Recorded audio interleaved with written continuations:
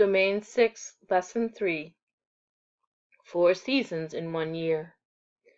Do you know why many plants grow more rapidly during the summer and more slowly or not at all during the winter? Or why some animals migrate where others hibernate? Only certain parts of our planet have seasons. This is because of the shape and the tilt of the Earth. The region around the equator receives the greatest amount of direct intense sunlight. This region of Earth is called a tropical region because it is almost always hot and humid. The North and South poles receive the least amount of direct sunlight. They are the polar regions of the Earth. Generally, they remain cold and dry. In recent years, however, as Earth's overall climate has changed and has become warmer, the polar regions are warming up too, and some of the ice caps in this region have been melting. The region between the poles on either side of the equator is called the temperate region. In this region of the world where we live, most places experience all 4 seasons of the year. Remember, during the time of the year when the northern hemisphere is tilted toward the sun, this part of our world receives more daylight and more intense sunlight. This means it is summer time in the northern hemisphere. At the same time, the southern hemisphere is tilted away from the sun, so it is winter time there. That's why, as the Earth revolves around the sun and is tilted on its axis, the seasons change. Now let's discover more information about each specific season. As each year passes, in the temperate regions of the world, changes occur in the weather. These weather cycles have been divided up into what we call the seasons. Each season brings with it incredible changes to the world around us. In spring, daylight hours increase and the sunlight becomes much stronger. With warmer weather, more rain begins to fall. With increased light, warmth, and rain, plants begin to grow again. Seeds resting in the soil begin to take root. The warmth from the sun and the rainfall enables plant seeds to germinate or begin to grow into plants. You have probably heard the saying, April showers bring May flowers. New plants emerge, and plants that have been inactive for the winter become active and start growing again. As buds and leaves form, water absorbed or taken in by the plant travels up the stem to the leaves. Plants use water and sunlight to make their own food as well as oxygen for us to breathe. This process is known as photosynthesis. It is during springtime that this great burst of life and energy occurs. Springtime also sees the return of animals that have migrated or moved to warmer places during the winter time. It is also the time when some animals wake up from their winter hibernation. Spring is when many animals give birth to their young. Animals give birth either by bearing live young or by laying eggs. Animals that give birth to live young have nourished their young inside their bodies. Animals that hatch from eggs have been nourished by a yolk within the egg.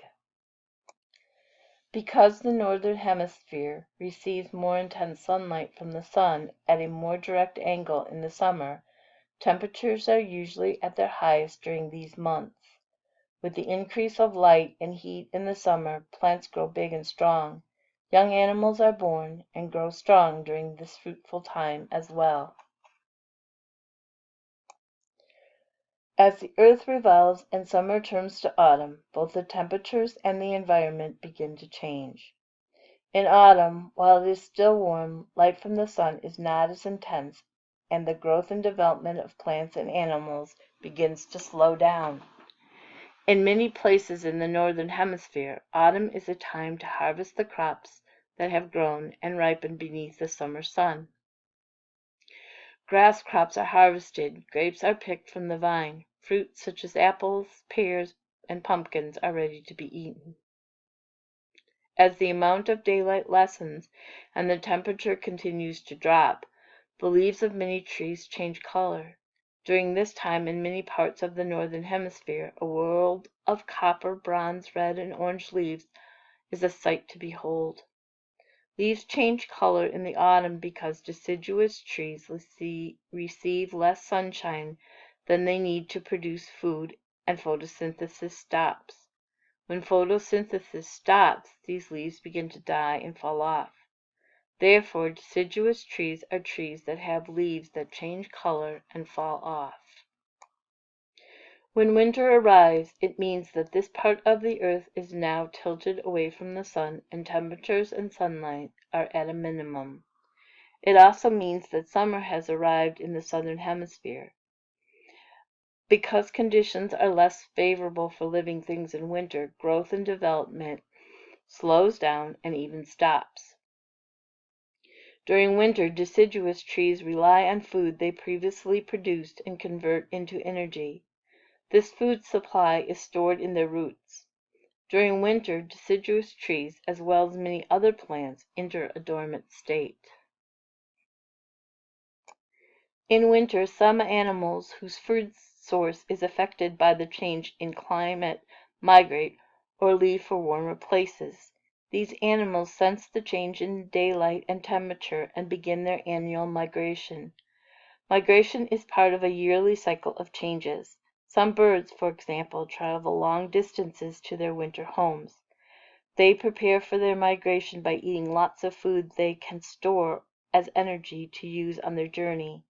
Mammals such as caribou and elk migrate across vast expanses of land, and even fish migrate in winter in search of warmth and food. Like many plants that lay dormant in the winter, there are animals that hibernate. Hibernation is a kind of deep sleep. Like the deciduous trees, animals that hibernate rely on the food that they have stored in their bodies to get them through the winter months. There are also animals that stay in their natural habitat throughout the colder months and survive best as they can. Animals such as foxes, deer, and rabbits search for the food on frozen land. Some build snug homes to keep out the cold. They have learned to adapt or adjust to their ever-changing environment. People adapt too. They prepare for the cold months ahead by wearing warmer clothes and even changing the foods they eat. How do you prepare for autumn and winter? We are all part of this never-ending cycle. When spring returns, the cycle of growth will begin all over again, and new life will appear on earth.